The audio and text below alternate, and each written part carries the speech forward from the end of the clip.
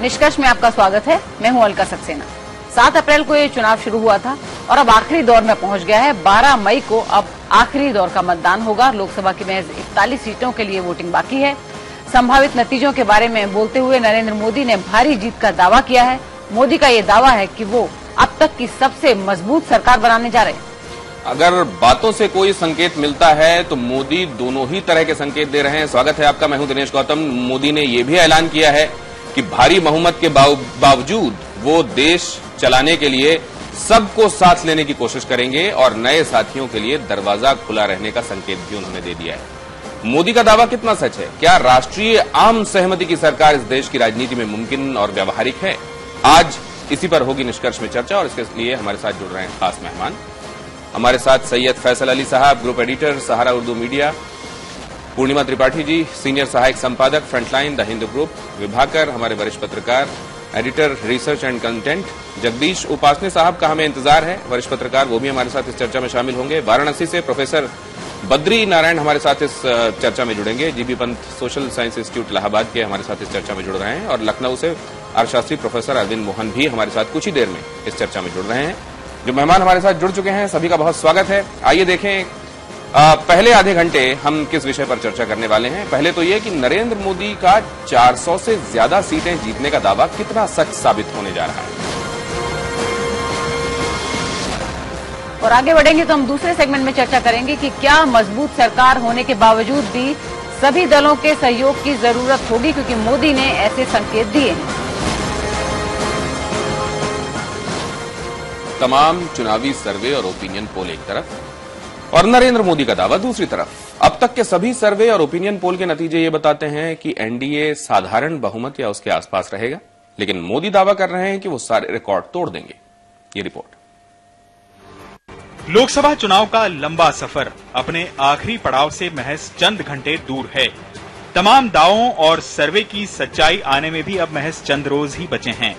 सभी दल अपने अपने तरीके से अपनी स्थिति का बखान करने में जुटे हुए हैं, लेकिन अगर ये कहा जाए कि इस चुनाव के केंद्र बिंदु बीजेपी के पीएम उम्मीदवार नरेंद्र मोदी हैं, तो शायद ये गलत नहीं होगा, क्योंकि पूरे चुनाव में वो विरोधियों के निशाने पर रहे, तो वो अपने विरोधियों पर हमला बोलने में भी पीछे नहीं रहे। नरेंद्र मोदी भी अपना दावा पेश कर रहे हैं और उनका दावा है कि वो केंद्र में अब तक की सबसे ताकतवर सरकार बनाने जा रहे हैं। भारतीय जनता पार्टी भारी बहुमत से विजयी हो रही है। राजीव गांधी के जाने के बाद ये सबसे अच्छी स्टेबल गवर्नमेंट बनने वाली है। तो एक विषय पूरा हो गया। दूसरा पार्ट है देश चलाने का। मैंने पहले ही कहा, हिंदुस्तान की किसी एक दल का एक एमपी भी चुन करके आएगा, एक इंडिपेंडेंट भी चुन करके आएगा, मेरे लिए वो 125 करोड़ देशवासियों का प्रतिनिधि है। मेरे लिए वो सम्मानीय इस देश का सांसद है। इन सबके साथ मेरा उत्तम से उत्तम व्यवहार रहेगा। अब तक के चुनावी महासमर में मोदी ने जो कुछ भी कहा उस पर प्रतिक्रियाएं आईं। मोदी के इस दावे को उनके विरोधी भले ही एक दिवास्वप्न कहें, लेकिन उनके स्थिर और मजबूत सरकार बनाने के दावे का असर मार्केट पर जरूर दिखा। सेंसेक्स और निफ्टी में जबरदस्त उछाल दिखी। ट्रेड एनालिस्ट इसके पीछे मोदी फैक्टर का ही असर मान रहे हैं, क्योंकि उनकी दलीलें थीं कि स्थानीय या ग्लोबल लेवल पर कोई बदलाव नहीं हुआ। ऐसे में बाजार में उछाल मोदी फैक्टर की वजह से ही है। मोदी का असर महज बाजार पर ही नहीं दिख रहा है। राजनीति के जानकार भी मानकर चल रहे हैं कि चुनाव नतीजे मोदी या यूं कहें एनडीए के पक्ष में रह सकते हैं। हाँ, मोदी राजीव गांधी से ज्यादा मजबूत सरकार बनाने की जो बात कर रहे हैं, शायद ही उससे कोई सहमत हो, लेकिन फिलहाल की स्थिति तो यही बन रही है कि साधारण बहुमत या फिर 25 प्लस सहयोगियों के अलावा कुछ नए साथियों के साथ वो केंद्र की बागडोर संभाल लें। समय के लिए ब्यूरो रिपोर्ट। कुछ भी कहिए, लेकिन मोदी इस पूरे कैंपेन के दौरान जहां जहां बोले और जो बोले वो एक एक लाइन सबको याद हो गई। ये अलग बात है कि जब वो इंटरव्यू देते हैं तो कुछ अलग तरह से पेश आते हैं, अलग चीजें बोलते हैं, लेकिन जब कैंपेन में होते हैं तो अलग ही तरह की जुबान वो बोलते हैं। लेकिन उन्होंने दावा किया कि मजबूत सरकार बनाएंगे, राजीव गांधी के बाद सबसे मजबूत सरकार वो बनाने वाले हैं। ये जो है कि मोदी मांगे मोर, दिल मांगे मोर, और 4 चरण के बाद ये भी उन्होंने कह दिया कि सरकार तो हमारी बन गई, अब जो वोट देंगे आप वो मजबूत सरकार के लिए देंगे। तो शुरू यहीं से करते हैं विभाकर। जो मजबूत सरकार का उनका दावा है कि मजबूत सरकार बनाएंगे और 300 उन्होंने मांगे हैं, उसका आधार क्या है कि उनको ये मिल ही जाएंगे? नहीं, ये उनका आधार तो उनका आकलन होगा और उनको ये लगता होगा कि जनमानस में कहीं ना कहीं पे सत्ता पक्ष जो भी था यहाँ पे पिछले 5 साल में नहीं कहता, वो 10 साल की बात कहते हैं कि 10 साल तक जो लोग भी सत्ता में थे उन्होंने उनकी नजर में देश का जो इतना बुरा किया, लोगों की जनता का ऐसा जो उन्होंने अच्छा, उनकी जिंदगी को उन्होंने बहुत अच्छा नहीं किया, तो उन सबके गुस्से और नाराजगी का फायदा उनको मिलेगा। और उनकी बात में जो अभी तक कहते आ रहे थे, वो लगता था कि वो एक कोई भी चुनाव में उतरता है वो इस तरह की बातें करता है कि हमें तो मजबूती मिलेगी ही, लोग देंगे ही देंगे और मेरी ही बात चल रही, मैं ही जीतूंगा। आज उस पे एक बड़ा मुहर सा लगा, वो उनकी पार्टी या किसी और पार्टी की तरफ से नहीं रहा, सत्ता पक्ष के बड़े चाणक्य अगर कहें राजनीति के, तो दिग्विजय सिंह के जुबान से अगर जब ये बात निकल के आती है कि देश में सत्ता पक्ष के खिलाफ जबरदस्त लहर है, तो वो कहीं ना कहीं जो वो कह रहे हैं मोदी और उनके जो रणनीतिकार, उनकी बातों में दम दिखता है। लेकिन ये कहना कि राजीव गांधी के जाने के बाद सबसे मजबूत, स्ट्रांग और स्टेबल गवर्नमेंट आ रही है, फैसल आप इसको किस तरीके से देखते हैं? मतलब क्या राजीव गांधी के उस 414 के आंकड़े के पार जाने वाला है मामला, या उससे कम रहने वाला है? और उतनी सीटें जुटाकर भी कहां 5 साल पूरी स्मूथली राजीव सरकार चला पाए थे? वीपी आ गए थे, बीच में बोफोर्स आ गया था। क्या ये स्ट्रांग और स्टेबल क्या नंबर से मुमकिन हो जाता है?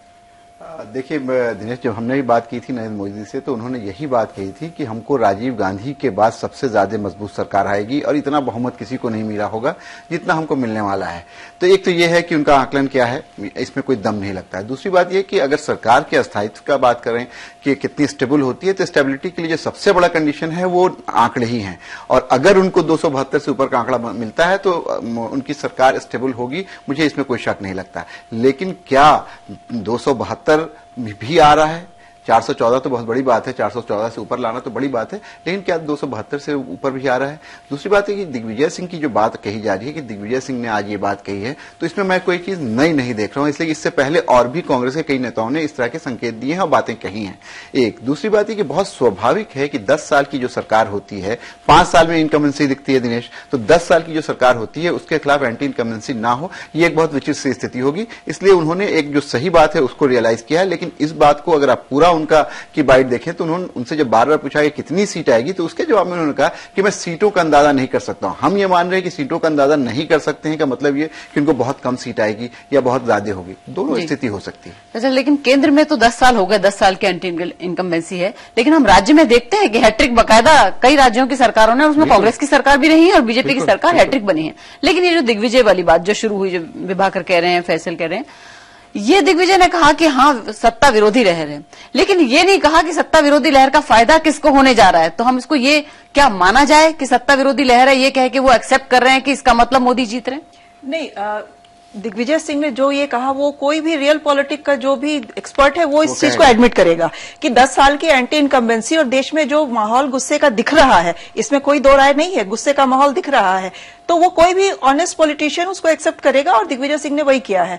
लेकिन उसका फायदा किसको होगा ये तो अभी डेफिनेटली नहीं कहा जा सकता है। और सारे के सारे कांग्रेस से नाराज वोट बीजेपी के पाले में जा रहे हैं, ऐसे इंडिकेशंस भी हर जगह से नहीं मिल रहे हैं। कुछ तो जरूर जा रहे होंगे, बट सारे जा रहे हैं ऐसा नहीं लग रहा है। तो इस वजह से शायद उन्होंने सीटों के आकलन की बात को छोड़ ही दिया कि किसको कितनी सीटें मिलेंगी ये पता नहीं, लेकिन हाँ उनको ये तो जरूर पता है कि कांग्रेस को कुछ नुकसान जरूर होने वाला है। बद्री साहब, इन दोनों बातों को आप किस तरीके से देख रहे हैं? दिग्विजय सिंह साहब का ये कहना कि सत्ता विरोधी लहर है, और नरेंद्र मोदी का ये कहना कि ये राजीव गांधी के बाद का ऐतिहासिक एक मैंडेट होने वाला है नंबर्स के हिसाब से। देखिए दिनेश, मुझे लगता है कि दिग्विजय जी का ये कहना वो तो एक आम बात है और सबको एहसास हो रहा है कि सत्ता विरोधी लहर है, सत्ता विरोधी प्रभाव है, लहर कितना है कहना मुश्किल है।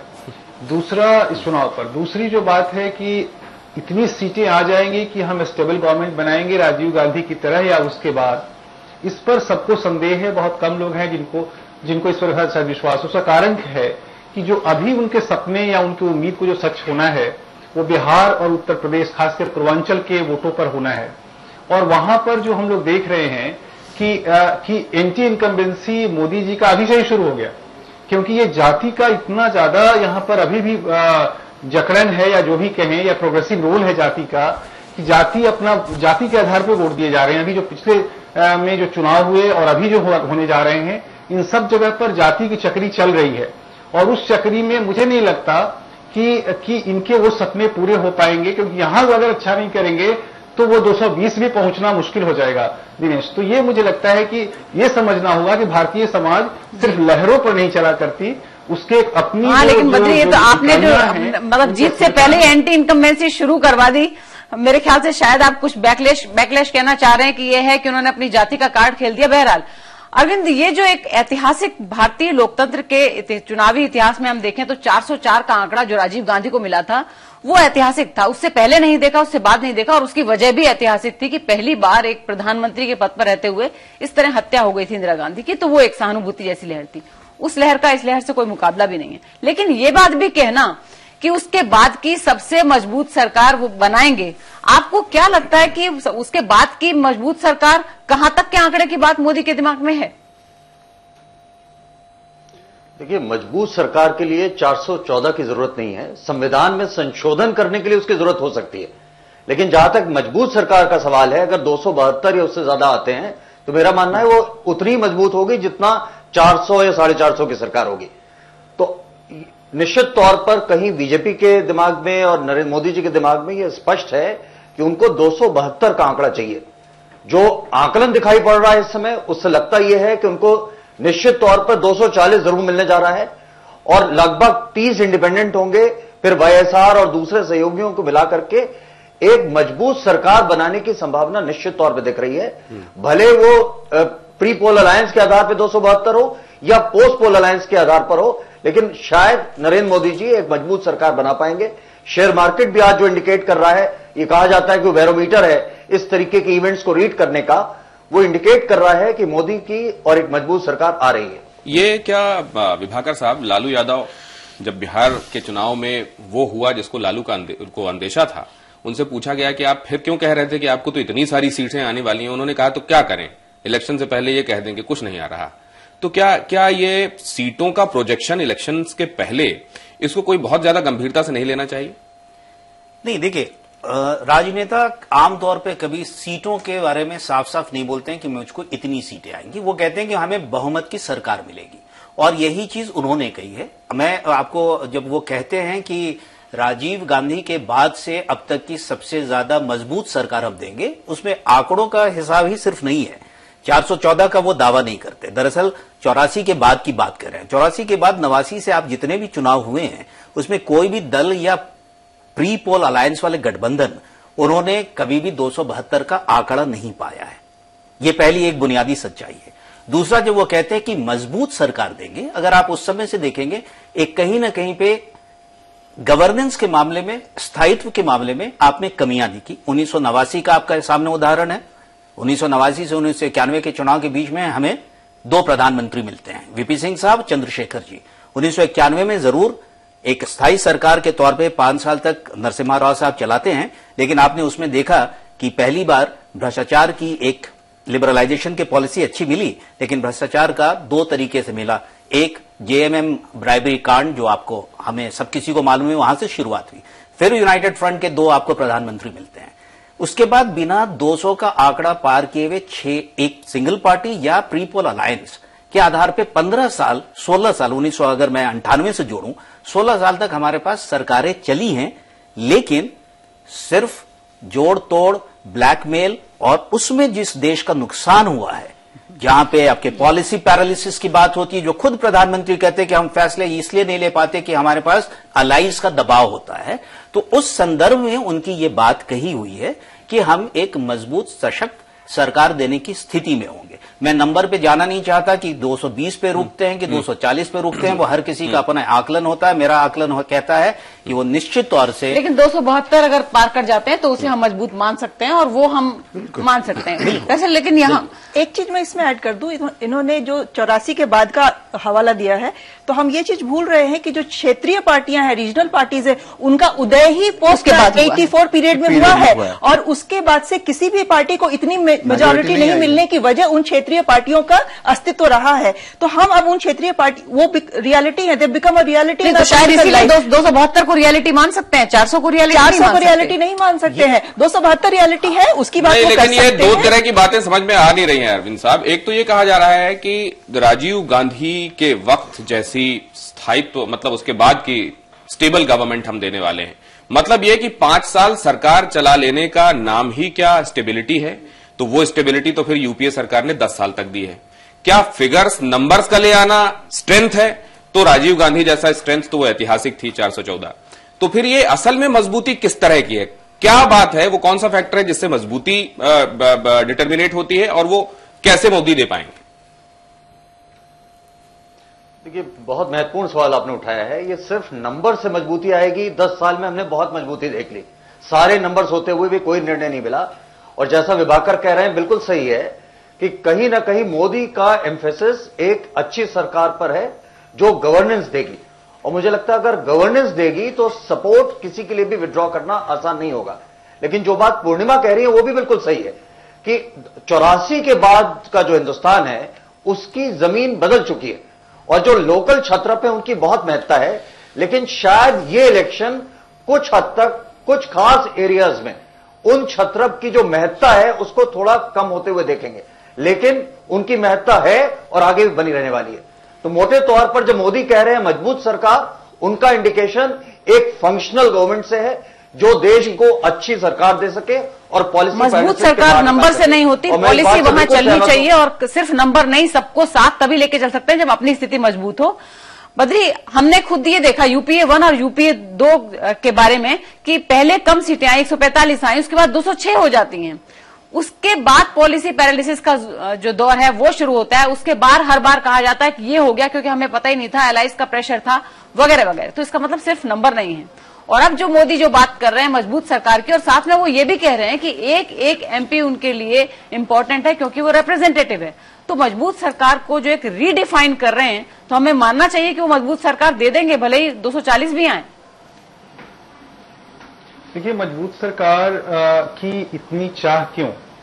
क्योंकि अगर आप देखें कि सबसे मजबूत सरकार पीवी नरसिम्हा राव की इतनी अच्छी सरकार चली नहीं, वो मजबूत सरकार कैसे कहेंगे आप? मजबूर कह रहे हैं आप, मजबूत कह रहे हैं। मजबूत सरकार हो सकता है उतनी बेहतर ना करे।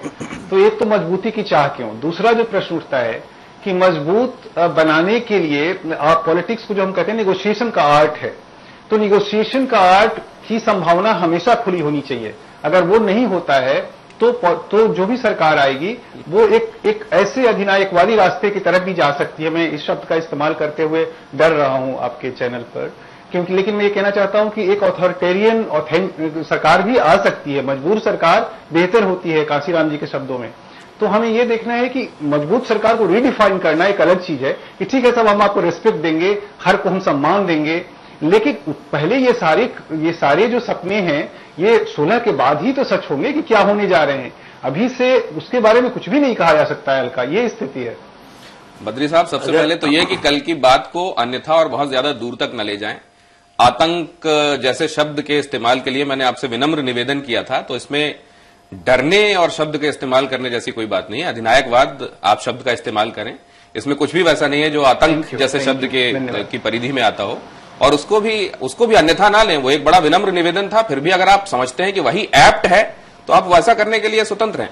बहरहाल जगदीश उपासने साहब हमारे साथ जुड़ गए हैं। जगदीश साहब, दावा नरेंद्र मोदी का एक इंटरव्यू में ये है कि वो मैंडेट के हिसाब से राजीव गांधी वाले मैंडेट के बाद एक इतिहास रचने वाला मैंडेट उनके पास आने वाला है।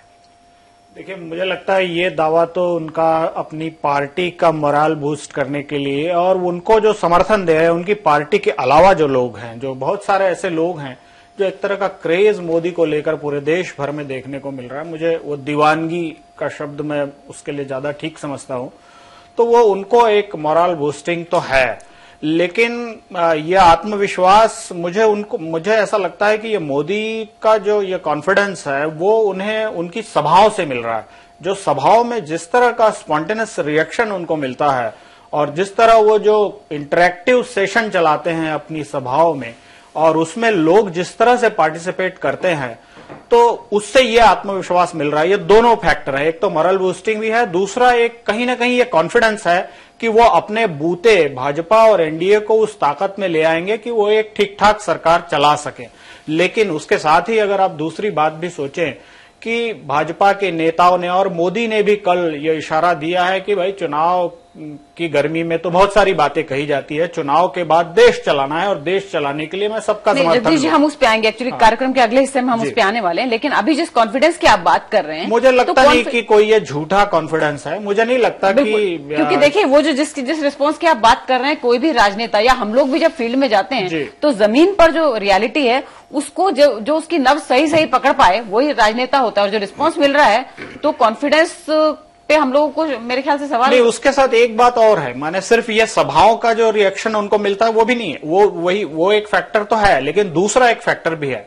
वो फैक्टर ये है कि भाजपा और एनडीए ने दोनों ने इस बात का ध्यान रखा है उन इलाकों में जहां पर जाति प्रमुख है, जहां पर कोई समुदाय प्रमुख है, उसका बराबर ध्यान रखा है, उसको इग्नोर नहीं किया। आप ये नहीं कह सकते कि जो ग्राउंड रियलिटीज है, भारतीय राजनीति की जो वास्तविकताएं हैं, उनको उन्होंने नजरअंदाज कर दिया और सिर्फ मोदी फैक्टर। लेकिन ये पहली बार नहीं हो रहा ना जगदीश साहब, इसके पहले क्या विभाकर साहब, ठीक है उस समय एंटी इनकम्बेंसी थी, लेकिन ये भी तो देखिए कि नहीं लग रहा था कि जो प्रत्याशा है उसके इतने विपरीत नतीजे आएंगे 2004 में जो दिख रहा था, क्या उससे ऐन उलट चीजें सामने नहीं आई थी?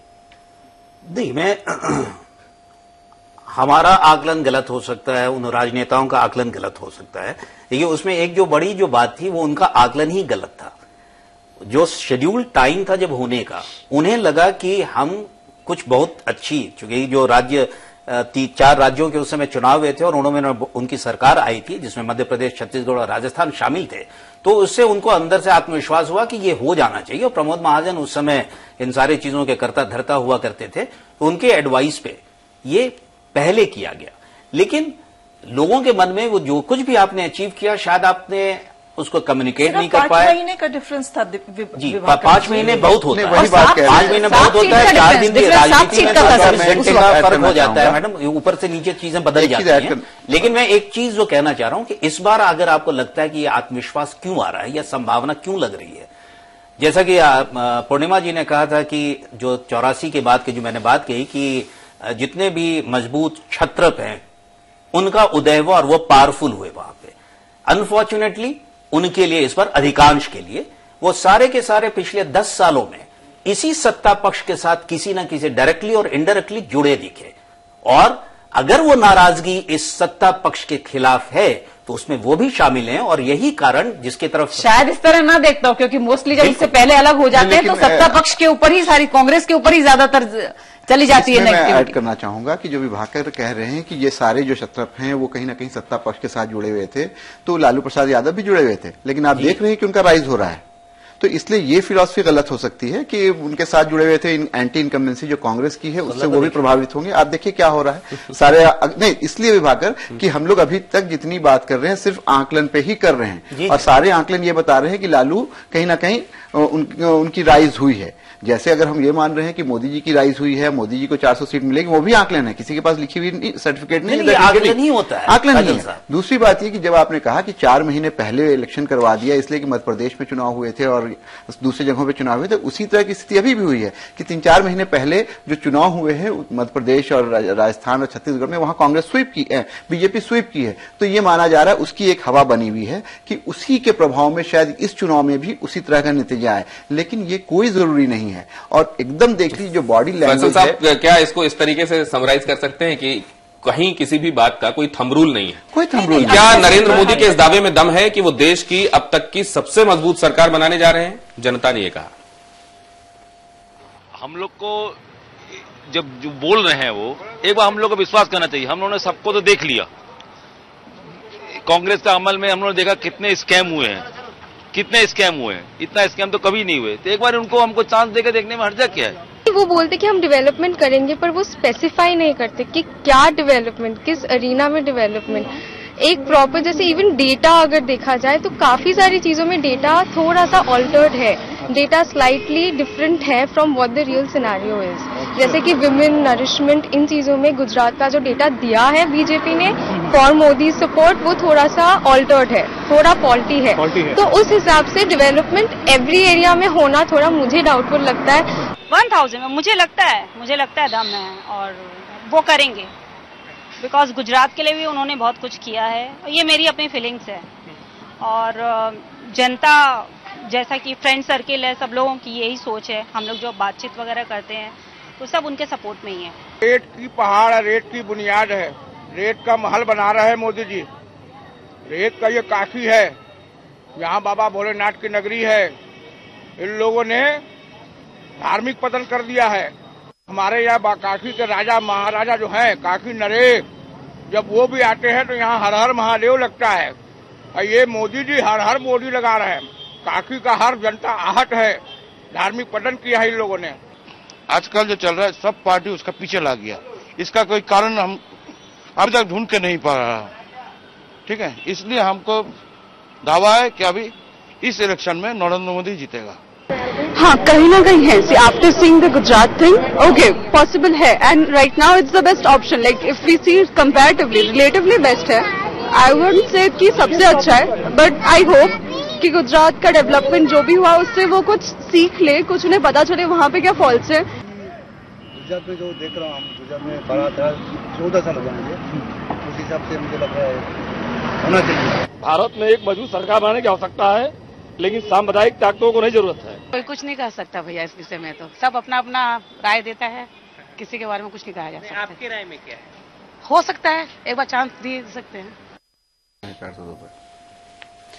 तो मोदी दावा भी कर रहे हैं कि मजबूत सरकार बनेगी और भारी बहुमत से उनकी सरकार बनेगी, और दूसरी तरफ मोदी ये भी कह रहे हैं, अपने एक खास इंटरव्यू में उन्होंने ये बात कही कि जो कैंपेन की गर्मी में कह दिया जाता है उसके मायने अलग होते हैं, लेकिन उसके बाद की रणनीति अलग होती है। बाकायदा नाम लेके उन्होंने मायावती, ममता और जयललिता के लिए कहा कि हमारे दरवाजे खुले हैं, उनसे बात हो सकती है। अलग बात है क्या मंच से इस समय जो कहा जा रहा है उसको ये समझा जाए कि ये यूं ही कहा जा रहा है? नहीं, वो आम लोगों के कंजम्पशन के लिए, और दूसरे जो खास लोग हैं जिनसे वो टेलीविजन के जरिए कहना चाहते हैं, वो उनमें उनके तेवर ही बिल्कुल अलग होते हैं। मतलब आम लोगों के कंजम्पशन के लिए जो है उसमें दिख कुछ और रहा है और है कुछ और। वो ताली बजाने वाली जनता के लिए जो कहना होता है वो वहां कह के आते हैं, और ये मोदी के बारे में नहीं, ये सभी नेताओं के बारे में हम देखते हैं। बहरहाल मोदी ये कह रहे हैं जबकि नाम लेकर, और उसके तुरंत बाद अगर मायावती और ममता इसको सिरे से खारिज कर देती हैं तो क्या मायने हैं, मोदी के कहने के क्या मायने हैं, और क्या उसके बाद भी रणनीति बदल सकती है? ब्रेक के बाद चर्चा करेंगे।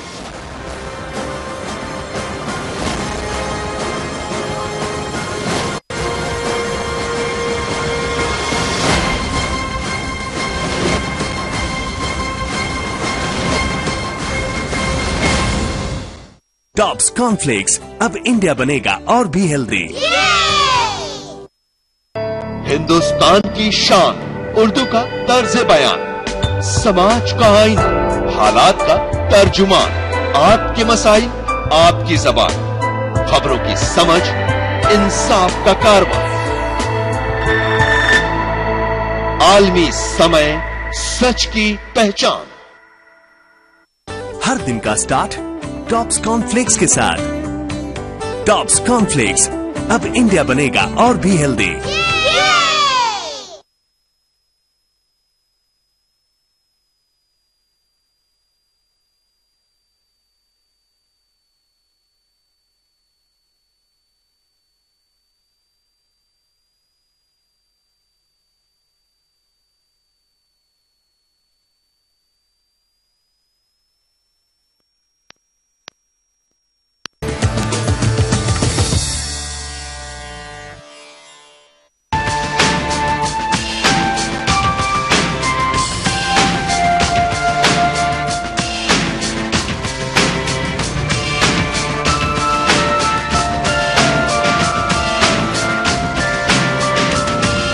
टॉप्स कॉर्नफ्लेक्स, अब इंडिया बनेगा और भी हेल्दी।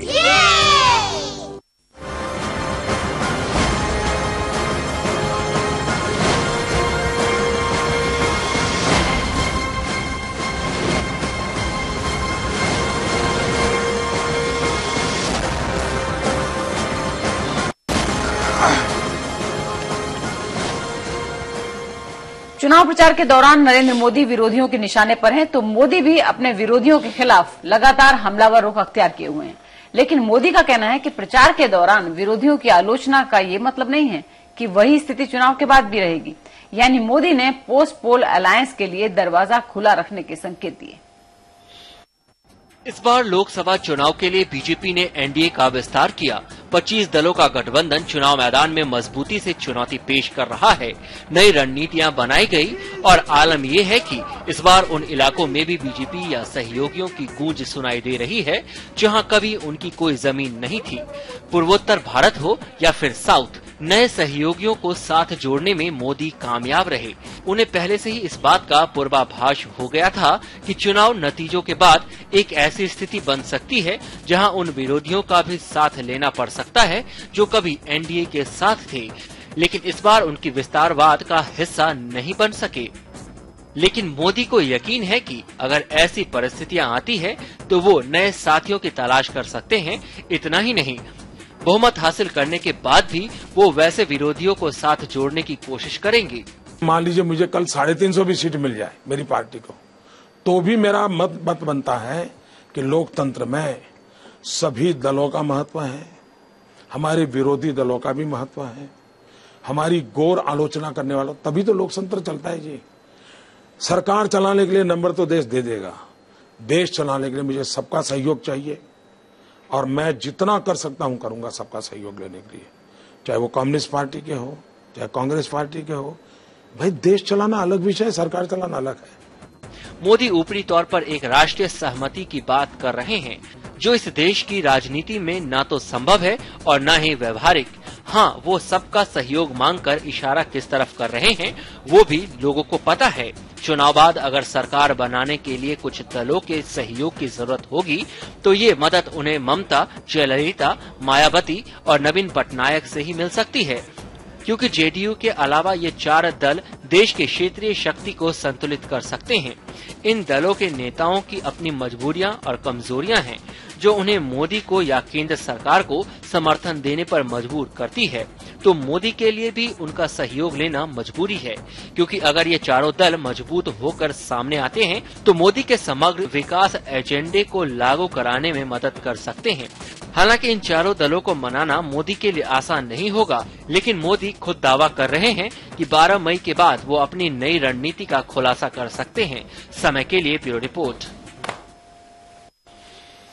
पूर्णिमा जी, ये क्या है? एक तरफ आप अपने नंबर वाइज स्ट्रेंथ के बारे में भी बता रहे हैं, दूसरी तरफ ये भी कह रहे हैं कि तमाम अलाइज को कितने भी नंबर आ जाए हम अलाइज को साथ में लेके चलेंगे, और दूसरों के लिए जो अभी प्री पोल साथ में नहीं है उनके लिए भी दरवाजे खुले हुए हैं। क्या ये है कि अच्छा होता है तो उसके लिए उसके जैसा कुछ नहीं है, लेकिन अगर वैसा नहीं होता तो उसके लिए भी तैयारी रहने की जरूरत है? नहीं, देखिए, जो भी मजा हुआ कोई पॉलिटिशियन होता है वो अपने रास्ते खुले रखता है, रास्ते बंद करके कोई पॉलिटिशियन नहीं चल सकता है। तो एक संभावना इन्होंने खोल दी है कि बाई चांस कुछ सीटें कम पड़ जाती हैं, अगर कॉन्फिडेंस तो इनके उस इंटरव्यू में मैंने देखा बॉडी लैंग्वेज में था कि हम 300 का आंकड़ा क्रॉस करेंगे ही, लेकिन अगर वोटर्स का मूड तो कोई बहुत डेफिनेटली नहीं कह सकता है, तो उस सिनेरियो के लिए इन्होंने शायद अपने ऑप्शंस खुले रखे हैं। मुझे लेकिन इसमें एक चीज में दूसरा भी एंगल, फैसल, दूसरा एंगल मुझे दिख रहा है कि अभी उन्होंने इंटरव्यू में ये बात कह दिया, इंटरव्यू चल रहा है कल से, ठीक है, अभी लास्ट फेज होना बाकी है और उसमें वेस्ट बंगाल भी है और उसमें यूपी भी है, और जिन 2 लोगों का उन्होंने नाम लिया उसमें मायावती भी है और ममता भी है। तो लास्ट फेज में उनके वोटर्स को एक तरह से कंफ्यूज करने का वो हो सकता है कि बाद में तो ये आ जाएंगे हमारे साथ।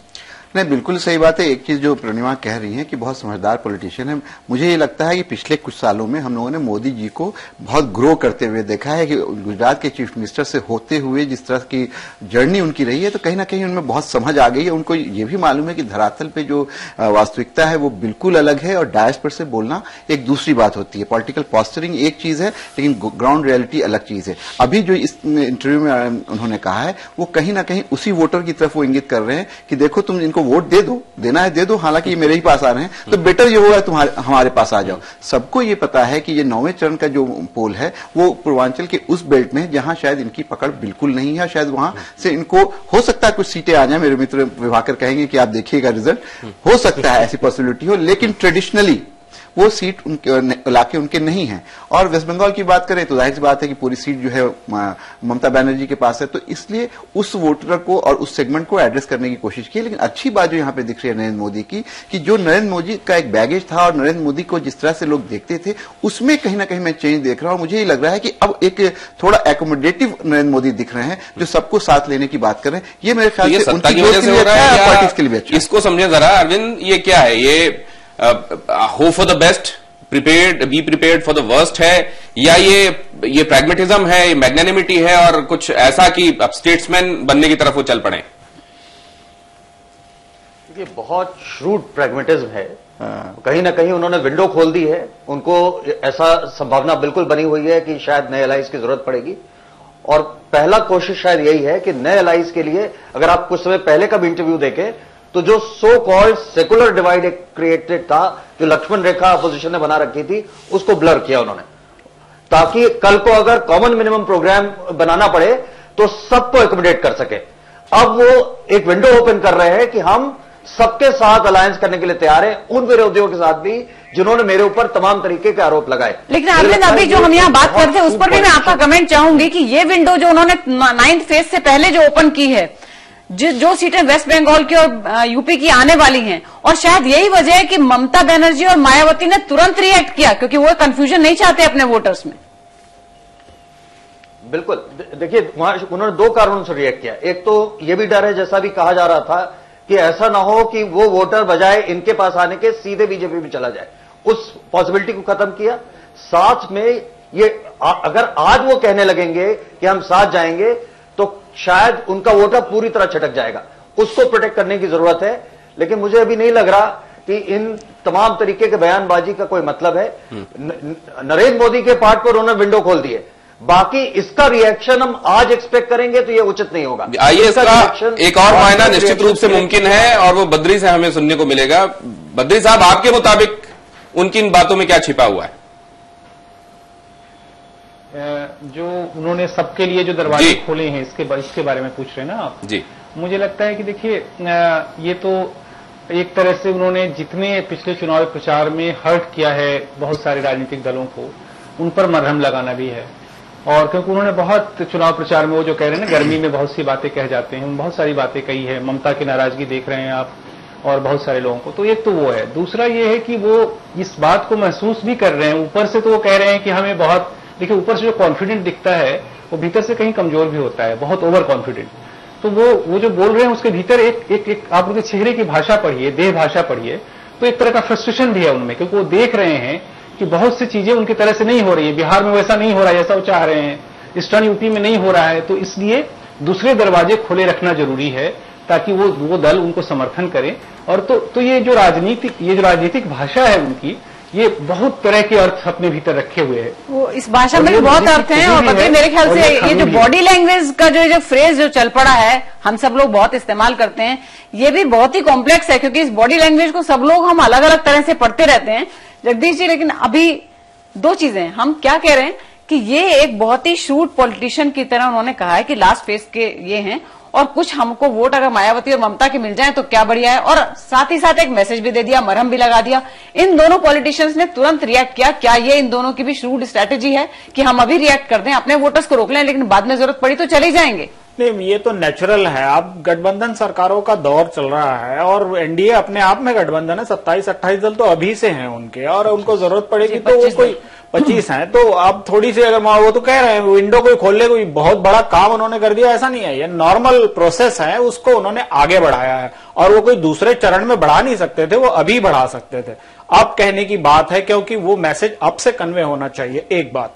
दूसरी बात, ये स्ट्रेटेजी थोड़ी होती ही है कि भाई दूसरे का मतदाता अगर कंफ्यूज होता है तो क्या बुरा है, अगर हमारे कुछ वोट उस बहाने बढ़ जाएं तो इसमें कोई बुरी बात नहीं है। लेकिन और दोनों नेताओं ने, ममता बनर्जी ने और मायावती ने जिस तरह से रिएक्ट किया है, उनका भी रिएक्ट करना बिल्कुल स्वाभाविक है। लेकिन ऐसा तो होता नहीं, राजनीति में कोई चीज शाश्वत नहीं है। लेकिन अभी कही हुई बात से आप कल मुकर सकते हैं, कोई एक बड़ा लार्जर गोल अब लोगों के सामने रख सकते हैं कि इसके लिए हमने वो छोटी बात छोड़ दी है। लेकिन ये है क्या, ये असल में फैसल साहब ये झरोखा है, दरीचा है कि दरवाजा है, क्या खोला है उन्होंने? सीधी बात है, उन्होंने सरकार बनाने की संभावनाओं को खोला है कि अगर उनके पास पूरी सीट नहीं आती है तो कोई दरीचे से भी आ सकता है, कोई दरवाजे से भी आ सकता है, कोई पिछली खिड़की से भी आ सकता है।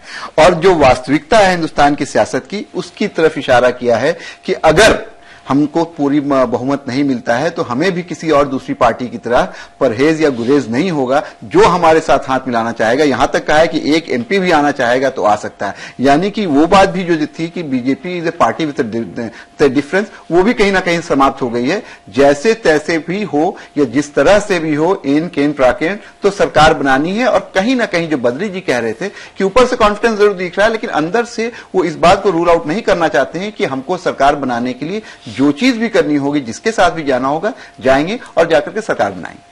इसमें एक चीज मैं ऐड कर दूं, उन्होंने मायावती और ममता जी का जो खास नाम लिया है उसका एक हिस्टोरिकल बैकग्राउंड हम थोड़ा देख ले, क्योंकि ये दोनों नेता उनके साथ पिछले बार गठबंधन में रह चुके हैं। ममता जी यहाँ सेंटर में थी, मायावती ने यूपी में उनके साथ मिलकर सरकार बनाई थी। तो शायद वो अपना पुराना एक जो ताल्लुकात है उसको फिर से रिवाइव करने की कोशिश कर रहे हैं। उन्होंने मुलायम सिंह या नवीन पटनायक का नाम नहीं लिया, कहना आप उसमें जोड़िए। लेकिन ये जो है कि जो नाम लिए हैं, दरवाजे खुले हैं, वो लोग आ जाएंगे। लेकिन मोदी पिछले जो चुनाव बीजेपी ने लड़े वो उससे अलग थे जो अभी लड़े जा रहे हैं। अभी वो अपना परचम पूरे देश में फैलाना चाहते हैं, जो कि पहले था कि नॉर्थ की और वेस्ट की पार्टी है बीजेपी। ऐसे में ये कॉन्ट्रडिक्शन कांग्रेस के साथ रही है, क्या उसी तरह बीजेपी भी आगे बढ़ेगी कि राज्य में तो लड़ रहे हैं एक दूसरे से, केंद्र में साथ है? मेरे ख्याल से उनके जिस बयान को हम लोग में, मैं ये मानता हूं कि मैं जिस तरीके से समझता हूं वो बताता हूं, बाकियों ने क्या समझा। जिस सांस में उन्होंने ये बात कही है कि ममता दी भी हो, दीदी कहते हैं उनको वो, या फिर मायावती जी हो, उनके साथ साथ उन्होंने कांग्रेस और लेफ्ट से भी बात कही है। और उनका कहने का तात्पर्य यह था, संख्या बल की वो बात नहीं कर रहे, सरकार बनाने की बात नहीं कर रहे, वो सरकार चलाने की बात कर रहे हैं। और सरकार चलाने में सबके सहयोग की बात करें, सबको साथ लेके चलने की बात करें। और उसी संदर्भ में चाहे वो एक व्यक्ति भी कहीं का जीत के क्यों ना आया हो, एक अकेला पार्टी या इंडिपेंडेंट हो, हम उसको भी अपने साथ लेके चलेंगे। उसकी वजह क्या है कि जो भारतीय जो हमारी जो ढांचा है, संघीय जो ढांचा है, उसकी जो वास्तविकता है कि कुछ भी वो इंप्लीमेंट करना अगर चाहते हैं, उनकी जो भी नीति है वो राज्यों में ही इंप्लीमेंट होगी। और जब तक राज्य के जो नेता मुख्यमंत्री हैं ममता बनर्जी, जब तक वो उनके साथ अगर नहीं आती, उन्होंने उनके लिए प्रपोज किया। राज्य को भी तो जरूरत पड़ती है केंद्र से, लेकिन क्या समन्वय की बात देखिए, एक समझने की, जब से छत्रपों की राजनीति शुरू हुई है तब से केंद्र और राज्य सरकारों के बीच के संबंध बहुत ही खराब हो चुके हैं। और उसको दूर करने के लिए एक नई सोच के साथ, समन्वय के साथ काम करने की बात उन्होंने कही है। अब उसका लेकिन विभाकर साहब, आपको लगता है क्या कर पाएंगे? आपको लगता है क्या कि ये जो तरीका है ये कहीं आम आदमी पार्टी से इंस्पायर्ड तरीका लग रहा है? आम आदमी पार्टी जैसे सबको कटघरे में खड़े करने के बाद वो दिल्ली में आई, लेकिन उसके बाद सबको साथ में लेके, सबकी सहमति के लिए उनके पास पत्र भेज करके आप इसमें साथ देंगे कि नहीं, और सबको साथ में लेकर चलेंगे, और हम तो तस्वीर बदलना चाहते हैं, हमारी किसी से जाति अदावत नहीं है। क्या ये उस तरह का भाव है और क्या वहीं से लिया गया ये पन्ना है, अरविंद साहब? नहीं, ये मुझे बिल्कुल नहीं लगता। अगर आप देखें तो बीजेपी का मैनिफेस्टो में वहीं ये बात कही गई थी बड़े स्पष्ट रूप से कि प्राइम मिनिस्टर और चीफ मिनिस्टर ये दोनों बराबर होंगे, साथ में काम करेंगे। और मोदी का जो प्राइमरी एजेंडा है वो विकास का एजेंडा है। और कांग्रेस सरकार की अपनी रिपोर्ट है जहां यह कहा गया कि जीएसटी सिर्फ अगर इंप्लीमेंट हो जाए तो हिंदुस्तान में 2% ग्रोथ आ जाएगी। और जीएसटी आज इंप्लीमेंट इसलिए नहीं हो पा रहा कि सेंट्रल स्टेट रिलेशंस इतने बिगड़े हुए हैं। तो कहीं ना कहीं अगर आप, जैसा भी विभाकर कह रहे हैं, वो कह रहे हैं देश चलाने में सबका सहयोग चाहिए, और बिना इस सहयोग के देश में विकास नहीं हो सकता है। मुझे लग रहा है शायद उस पर भी एम्फेसिस वो ला रहे हैं। और जो बात अरविंद केजरीवाल कर रहे थे वो बिल्कुल अलग चीज थी। मोदी एक टेस्टेड मटेरियल है, उन्होंने सरकार चलाई है, गवर्नेंस दिया है, और वो उसी परिप्रेक्ष्य में बात कर रहे हैं। वो बिल्कुल मुझे नहीं लग रहा है कि बिल्कुल वो चुनाव के बाद की नई स्ट्रेटेजी की भी बात कर रहे हैं। बद्री, आपको क्या लगता है? क्योंकि अभी देखिए, चुनाव होने से पहले ही, जब मतदान अभी पूरा खत्म नहीं हुआ है, वो ये संकेत देने लगे हैं और वो कह रहे हैं कि ये बातें अलग होती हैं, सबका साथ चाहिए, एक एक एमपी उनके निगाह में सम्मानित है और सबको साथ लेकर वो चलना चाहते हैं। अब वो अपना जो रोल है, अपना जो चेहरा है, वो बिल्कुल बदलना चाहते हैं, एक स्टेट्समैन की तरह से सामने आना चाहते हैं। और अगर ऐसा हो जाता है तो शायद ये सब भूल जाया जाएगा ना, सब आ सकते हैं साथ, और क्यों नहीं, सबको सत्ता में भागीदारी भी मिल जाएगी और मेरे ख्याल से मजबूत सरकार भी चलेगी। तो दिक्कत क्या होगी फिर? तो देश का विकास भी हो रहा है। नहीं, एकदम आप ठीक कह रही हैं, लेकिन उसमें एक पेच है, और वो ये है कि कहीं ऐसा ना हो जाए कि कहीं का ईंट कहीं का रोड़ा, भानुमति ने कुनबा जोड़ा, यानी वो कुनबा की भानुमति का कुनबा ना हो जाए। क्योंकि सरकार चलाना सिर्फ बहुत सारे दलों को साथ लेके उसको रेस्पेक्ट देना या रिप्रेजेंटेशन देना ही नहीं है, साथ साथ एक सम विचार का निर्माण भी है जिसके आधार पर पॉलिसीज बनते हैं, और वो एक बड़ी जटिल प्रक्रिया होती है, उसमें एक निगोशिएशंस की जरूरत होती है।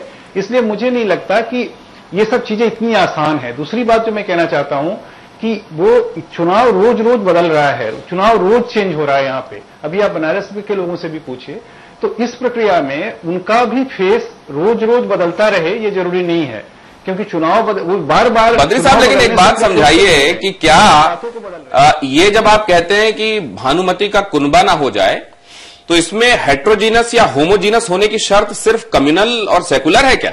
अगर समरस होंगे लोग तो वो तब होगा जब एक तरह के भाव वाले होंगे, और मतलब सिर्फ इसकी शर्त सेकुलर कम्युनल है क्या?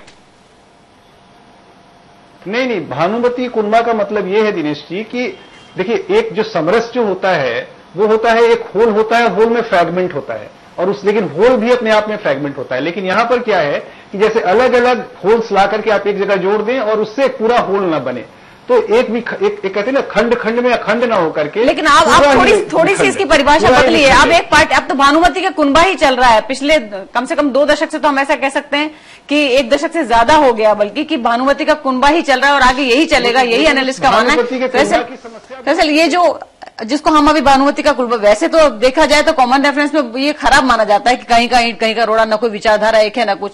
लेकिन हम देख रहे हैं कि कोalition पॉलिटिक्स का युग है और वो युग रहने वाला है। प्री पोल अलायंस 25 पार्टियों का, छोटी छोटी 2-2 एक एमपी की पार्टी हुआ करें, लेकिन नाम को 25 है। और वाजपेयी जी ने भी चलाया और उससे पहले भी कोalition, बाद में भी कोalition चला है। तो भानुमति का कुनबा हुआ तो क्या हुआ अगर एक कॉमन मिनिमम प्रोग्राम होता है तो?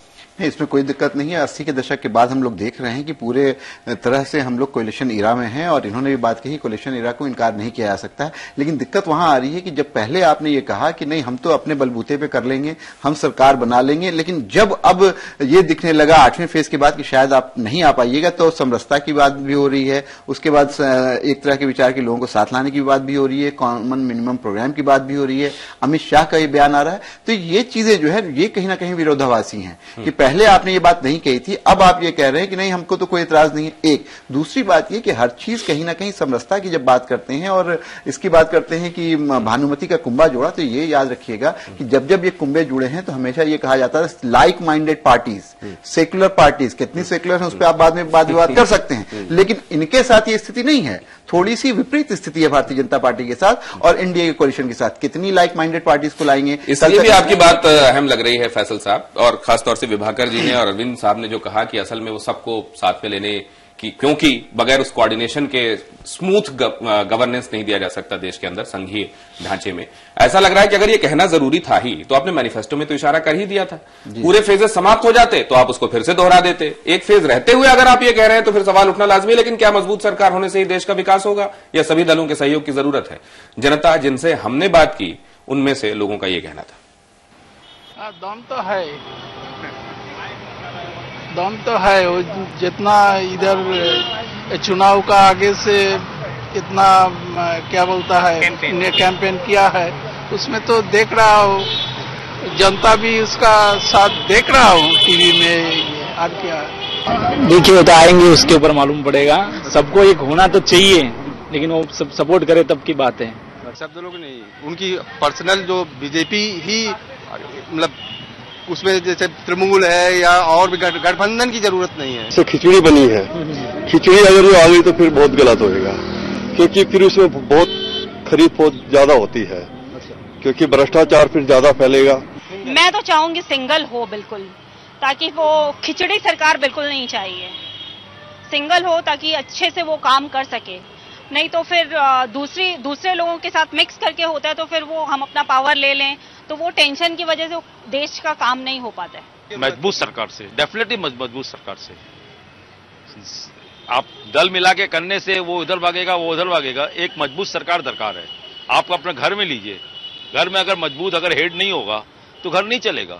सेम ये सरकार है, अगर हेड नहीं रहेगा, बरकरार रहेगा तो देश सरकार नहीं चल पाएगी। देख तो रहे कैसे चल रही है। चलिए, और अब वक्त आ चला है कि हम आज की चर्चा के निष्कर्ष का रुख करें। फैसल साहब। दिनेश, मुझे ऐसा लगता है जिस तरह के बयानात पिछले कुछ दिनों से आ रहे हैं, बल्कि 8वें फेज के बाद से ही आने शुरू हो गए, उससे ये संकेत जा रहा है कि अब भारतीय जनता पार्टी और उसकी लीडरशिप को यह अंदाजा हुआ है कि जितने भी दावे थे उन दावों के बाद अब वास्तविकता को पहचानने की जरूरत है। तो मुझे लगता है कि अब उनका ऊंट पहाड़ के नीचे आया है और यही हकीकत है कि शायद उनको बहुमत मिलना डिफिकल्ट है। जी, नहीं, मुझे लग रहा है कि अब सिर्फ एक फेज चुनाव का बाकी है। ये दावे करने का फेज अब नहीं है। सिर्फ हम 2-3 दिन और इंतजार कर ले, बस कुछ दिनों की बात है, क्योंकि बड़े बड़े दावे करके कहीं ऐसा ना हो कि खोदा पहाड़ निकली चूहिया वाली गति हो जाए। 2004 का याद होगा आप लोगों को, अडवाणी जी ने कहा था if it feels good it must be, वो एक रेमंड के एड के तर्ज पे उन्होंने कहा था इट मस्ट बी एनडीए, और जब रिजल्ट आए तो बिल्कुल उल्टा हुआ। तो वैसे दावे करने का अब समय नहीं है। मुझे नहीं लगता है कि दावे करने में बुद्धि, दोनों की बातों में पहाड़ कॉमन है। और दोनों की तरफ में किसी न किसी तरीके के दावों का भी लग रहा है कि ऐसा होगा ही नहीं, ये सोचा जा रहा है। बार बार 2004 की तरफ लोग इशारा करते हैं। मेरा ये कहना है कि ये पहले की ये कोई भाषण नहीं था, ये कोई एक स्पेसिफिक सिचुएशन में एक चैनल को दिया गया इंटरव्यू था। उनसे एक जब सवाल पूछा गया तो मुझको ये लगता है कि उनके जो भी वो कह रहे हैं उसमें दम है, लेकिन जो डर लगता है इन चीजों का, जब वो कह रहे हैं कि वो सबको लेके एक साथ चलाना चाहते हैं, वो इनके बारे में जो कहा जाता है कि ये दम्भ से भरे हुए हैं, कहीं वो सुशासन में रुकावट का पैदा नहीं करे। इसलिए जो दम या ये संशय विरोधी भी व्यक्त करते हैं कि ये शक शायद ऐसा हो सकता है। शायद शुरुआत के दिनों में आपको ये परेशानी होगी जब ये इतना बिटर हुआ है, और उसी के लिए वो आंकड़े जुटाने के लिए उन्होंने दरवाजे खोले हैं कि बात मैं नहीं कह रहा। वो रफल्ड फेदर्स जो थे, क्योंकि साथ मिलके काम करने की बात है, तो उनको सूद करने की उन्होंने कोशिश की है कि गुस्सा ना करें। उन्होंने भी बहुत बोला है ना, सिर्फ इन्होंने थोड़ी बोला है। जगदीश जी, ये मोदी का अश्वमेध है, मोदी की लड़ाई है, भाजपा और एनडीए की नहीं, मोदी की लड़ाई है। मोदी बनाम बाकी सबकी लड़ाई है। और मोदी चूंकि इसमें दावे कर रहे हैं और उन दावों को उनको रिस्पांस भी मिल रहा है पब्लिक से, तो अब ये देखना होगा कि जिस लड़ाई को वो अकेले, मतलब बाकी तो सेना दिखाई देती है, लेकिन मोदी ऐसे सेनापति दिख रहे हैं कि सेना के रूप में जनता दिखाई दे रही है, पार्टी नहीं दिखाई दे रही है। तो जो दावा है वो मोदी का दावा है। अब देखना होगा कि 16 मई के बाद जो दावे अब तक उन्होंने अपनी सभाओं में किए हैं वो कितने पूरे होते हैं, उनके दावों में कितना दम। जी अरविंद, आखिरी मतदान से पहले आपका निष्कर्ष क्या आज का? दिल मांगे मोर, चले मजबूर सरकार से मजबूत सरकार की ओर। मजबूर से मजबूत की ओर, लेकिन बद्री साहब को तो मजबूर मजबूत से ज्यादा अच्छा लगता है। आइए उनके पास चले निष्कर्ष के लिए। मैं एकदम ठीक कहा आपने। मेरा यही कहना है कि मजबूती की इतनी चाह क्यों? मजबूत जो घर में होता है गांवों में, वो पीटता भी है कमजोरों को। तो कहीं मजबूती एक अगिया बैतालपन न पैदा कर दे, एक अधिनायकवाद को न जन्म दे। इसलिए मजबूती को हमेशा कंट्रोल और अनुशासित करते रहना होगा। और साथ साथ ये है कि मजबूती के लिए कहीं का ईंट कहीं का रोड़ा, भानुमति का कुंबा न जोड़ दिया जाए, ये भी एक बात है। और तीसरी और अंतिम बात कि इतिहास कहीं भाजपा के लिए अपने को दोहरा न दे, और वो दोहरा देना एक ट्रेजेडी में बदल जाएगा और फिर मजाक में भी बदल जाएगा। सवाल ये भी है कि आप सरकार को सीमेंट की तरह लेते हैं या भिंडी की तरह? अगर आपको सरकार सीमेंट की तरह चाहिए तो आपको मजबूती चाहिए, लेकिन अगर आपको भिंडी की तरह लचक चाहिए तो फिर जाहिर है आप उसमें रूढ़ापन और उसका ठेठ होना आपको गवारा नहीं होगा। बहुत धन्यवाद हमारे मेहमानों का हमारे साथ आज चर्चा में हिस्सा लेने के लिए। निष्कर्ष में आज इतना ही।